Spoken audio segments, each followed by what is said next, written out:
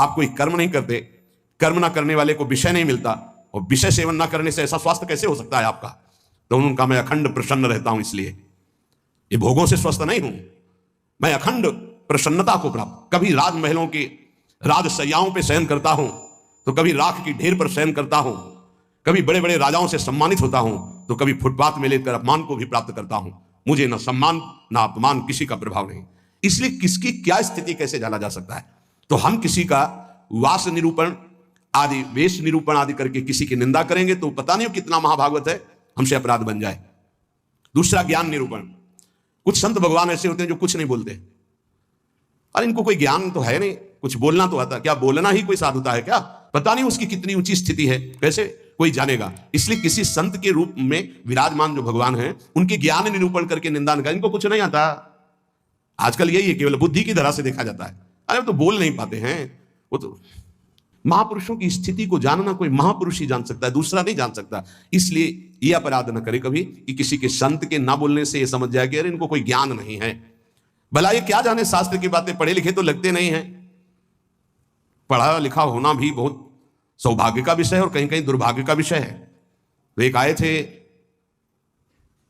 इतने कागज में उनकी डिग्रियां केवल उनके शिष्यों ने भेजी थी कि हमारे गुरुजी दर्शन करने आ रहे हैं, तिरुपति बालाजी से, विद्वता की मूर्ति, साष्टांग दंडवत और क्या क्या भगवत प्रसादी। वो ऐसे लग रहे थे कि एक शब्द नहीं आता। मतलब बड़े बड़े शंकराचार्यों को पढ़ाया था उन्होंने, उनकी और शिष्यों ने जो दिया था उसमें दिखाई दे रहा, बड़े बड़े शंकराचार्यों को उन्होंने विद्या पढ़ाई थी। विद्या विनयम ददाति, वो देखने को मिला कि विद्वान में कैसी दैन्यता होती है। कबीरदास जी के पास एक विद्वान दिग्विजयी भेजा गया शास्त्रार्थ के, तो उनका भैया हमको कोई शास्त्रार्थ अर्थात नहीं करना। तो बोले, काशी के विद्वानों ने कहा यदि आप हार लिख दिए पूरी काशी हार गई। बोले ऐसी बात? तो पढ़ के समझे हो कि समझ के पढ़े हो? पोथी पलटाते रहे, सरस्वती काम नहीं करी। पढ़ के समझे हो कि समझ के पढ़े हो? आखिरी बात शिष्य बन गए थे, बहुत बड़े भगवत अनुरागी बने। तो किसी भी संत के प्रति ये भाव नहीं कि पढ़े लिखे नहीं है, बोल नहीं पाते, तो इनको कोई ज्ञान नहीं है। तीसरा, किसी संत की जाति निरूपण कर देना बहुत बड़ा अपराध है। देखो ये जो जाति पाति है ना, ये धर्म का पालन करके भगवत प्राप्ति के लिए थोड़े समय तक के लिए सहयोगी। नहीं, हम आपको बताएं, एक ही कपड़ा है और एक ही पहनने वाला है, बस इतनी खास बात समझ लो। कपड़ा सबका पांच भौतिक, पहनने वाले सब अविनाशी भगवान के अंश, कोई अंतर नहीं है।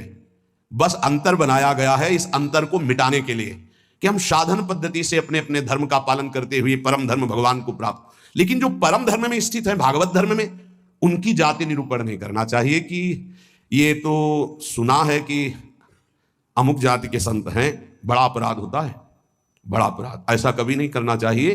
हाँ, चरण रज लेके माथे पे लगा, अहो वत्सो पचतो गरियान यज्ञभ्यागे वर्तते नाम तुभ्यम। देखो, राजसूय यज्ञ में पूर्णता स्वपच वाल्मीकि की पूजा करवाकर श्री भगवान ने इसीलिए करवाई, इसीलिए करवाई।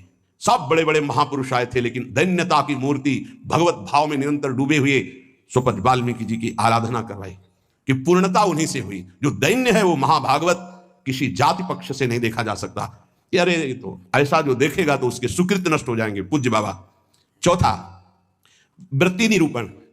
ये तो पढ़े ही रहते हैं, हमने कभी इनको माला लिए तो देखा नहीं, और कुछ भजन ध्यान तो करते नहीं है, इसलिए तो केवल हमें लगता है कि बस खाते पीते हैं इसी में, और कोई भजन नहीं। ये हमने संतों को देखा है। एक संत भगवान 8 बजे सुबह उठते थे गंगा नहाने के लिए, 8 बजे सुबह, पर वो एकांत में, तो लगता 8 बजे सुबह गंगा स्नान करते हैं, प्रायः 3 बजे स्नान हो। तो एक दिन जिसमें वो शयन करते थे उसमें गए, काफी बड़ा था, एकांत में आसन की। आज इनकी वृत्ति देखेंगे क्या है, बहुत ही गंभीर मुद्रा में वो रहते थे, पर प्रायः पूरे आश्रम में था कि ये प्रमादी हैं, सोते रहते हैं।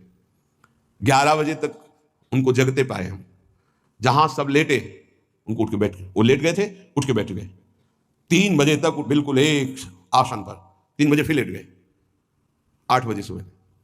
संतों को जानना बड़ा कठिन है, उनकी क्या दिनचर्या है, वो कैसे भाव में रहते हैं। केवल बाहरी व्यवहार देख करके उनकी निंदा कर देने से सुकृत नष्ट हो जाएंगे, भक्ति ढक जाएगी। स्वरूप निरूपण। ये महात्मा में तेज तो है नहीं चेहरे में, ये तो ऐसे ही मालूम देते हैं कोई साधु तो नहीं, क्योंकि चेहरा नहीं बता रहा है। नहीं, ऐसा नहीं है। अगर महात्मा की पहचान करनी तो तुम्हें महात्मा होना पड़ेगा। महात्मा बनकर ही महात्मा को पहचाना जा सकता है, दूसरा नहीं पहचाना जा सकता। बाहर से किसी के रूप को देखकर थोड़ी तुम जान सकते हो कि रूप तो आप गौर से देखिएगा, किसी किसी के मांस भक्षण करने वाले का भी चमकता रहता है, मलाई रबड़ी खाने से भी रूप चमकने लगता है, थोड़ा सा संयम रखे तो उससे भी चमकने लगता है। अब वो महात्मा किस कोटि का भजन कर रहे हैं, कोई रूप से थोड़ी महात्मा का लेना देना होता है। अब श्रीधर बाबा की छवि जब लगे तो आप देखना लंगोटी है, हड्डी हड्डी दिखाई दे रही, गाल चिपकी हुई, आंखें धसी हुई, आपको पता है, खुद देखे हुए हैं कि 24 घंटे भजन में मगन। तो किसी महात्मा के रूप को देख करके ऐसा कोई रूप निरूपण करेगा तो उससे अपराध लग जाएगा। और प्रायः ध्यान नहीं दिया जाता ऐसा। धातु निरूपण, भगवत विग्रह पाषाण का है कि धातु का है, सामने पूछे ये पत्थर के भगवान है कि इसमें अष्ट धातु के, घोर अपराध बुद्धि। भगवत विग्रह सामने नहीं, भगवत विग्रह साक्षात अर्चावतार भगवान है भाव उसमें। ये नहीं कि सामने जाके पूछे संगमरमर के बनी हुई कौन सी धातु की बनी हुई भगवान है, ये अपराध। धातु निरूपण भगवत विग्रह या भगवत भक्त के पास, जैसे वैराग्य में धातु स्पर्श निषेध किया गया है, या तो संन्यास में नारियल का पात्र और वैष्णव जनों में रज का पात्र, धातु के पात्र के प्रयोग का निषेध है वैराग्य में। लेकिन जो महापुरुष हैं, मान लो उनको सोने की थाली में पा रहे हैं, उनकी क्या स्थिति है। अब हम देख करके अपने वैराग्य का वहां भाव थोपे, वो स्थिति उनकी क्या है, वैराग्य का भाव थोपे तो फिर अपराध बन जाएगा। किस स्थिति में कौन महापुरुष है जानना मुश्किल है। सबको भाव से नमस्कार करके हम अपने भाव को सुरक्षित रखते हैं। तो वास निरूपण, ज्ञान निरूपण, जाति निरूपण, वृत्ति निरूपण, स्वरूप निरूपण, धात निरूपण। वृत्ति निरूपण में ये भिक्षावृत्ति तो करते नहीं, केवल भंडारा खाते हैं। आपको क्या पता किसकी क्या स्थिति है, वो कैसे, संतों की लीला भगवान जानते हैं या तो वो संत जना दे तो जानने में। अपने लोग इसकी परवाह करते हैं क्या, कहीं कौन से अपराध ऐसे बन जाते हैं जो हृदय को कठोर कर देते हैं। इसलिए शांत। ब्रज में मुझे एक महात्मा मिले थे, उन्होंने मुझे कुछ उपदेश दिए, मैंने उड़िया भाषा में अपनी डायरी में लिखे थे। उन्होंने उपदेश दिए कि अगर ये आपके अंदर भाव आ जाएगा, लक्षण आ जाएंगे, तो आपको भगवान अपनी तरफ से आके दर्शन दे देंगे। बड़े महात्मा थे, तो बाबा ने उड़िया भाषा में अपनी डायरी में लिखा था, उसका हिंदी लिपि में यहां वर्णन है। पहला, भजन करते हुए अपने को सबसे दीन मानना, अपने आप भगवत साक्षात्कार हो जाएगा। भजन करते हुए अपने को सबसे दीन मानना, इससे कोई अपराध ही नहीं बनेगा, कोई अपराध नहीं बनेगा, लिख लेना चाहिए।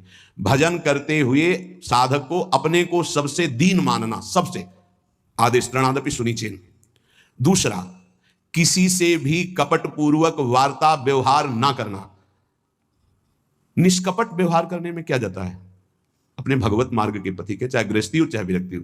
कपट का मतलब होता है अंदर कुछ और है, बाहर आप कुछ और दिखा रहे हैं, ये नहीं होना चाहिए। जो अंदर वो सीधे बाहर, जो बाहर बोल रहे हैं वही आपके अंदर चलना चाहिए।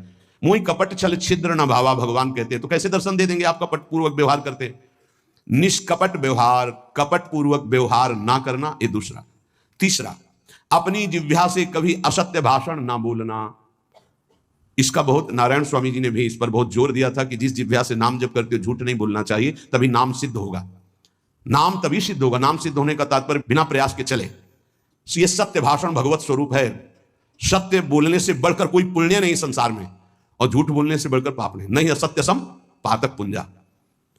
चौथा, जो तुम्हारे सामने आवे और तुमसे बात करे या दृश्य दिखाई दे, उसे तत्काल पहले मन से प्रणाम करो। बिना प्रयास के भगवत साक्षात्कार हो जाएगा। चराचर जगत में जो तुम्हारे सामने, जैसे कोई व्यक्ति आया तो राधा वल्लभ लाल जी आपकी जय हो, अंदर से मेरे प्रभु, अब बात करो।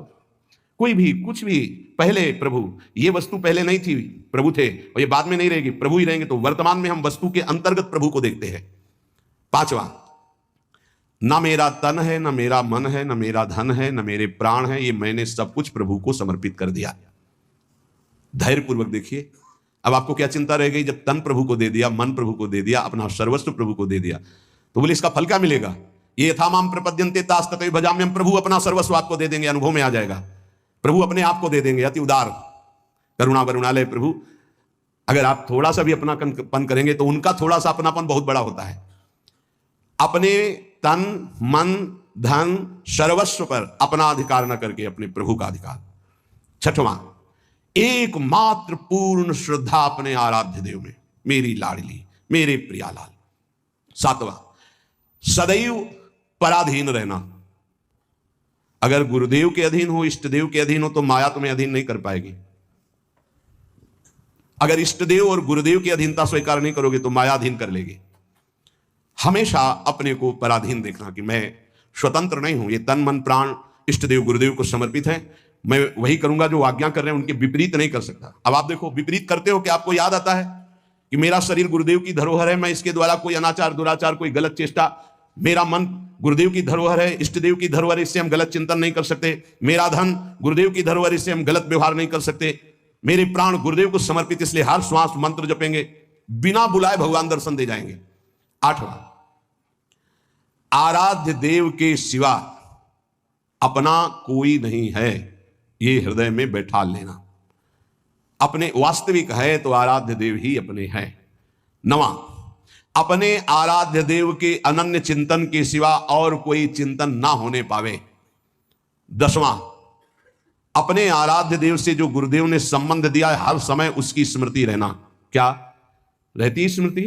मैं श्री जी की सखी हूं, दासी हूं, उनकी परिचर्या में हमारा जीवन समर्पित है, मैं उनकी दासी हूं। कभी सोचते हो आप? सोचो, तुम्हारा संबंध हो चुका है। कोई ऐसे नहीं कि तुम्हें केवल सोचना ही है, तुम्हारा संबंध हो चुका है, तुम्हारा पाणी ग्रहण हो चुका है। श्री जी ने तुम्हारे पाणी को स्वीकार कर लिया, ग्रहण कर लिया है, उसके साक्षी हैं गुरुदेव। गुरुदेव ने पाणी ग्रहण कराया है, प्रिया प्रीतम को हमारा हाथ पकड़ा दिया है।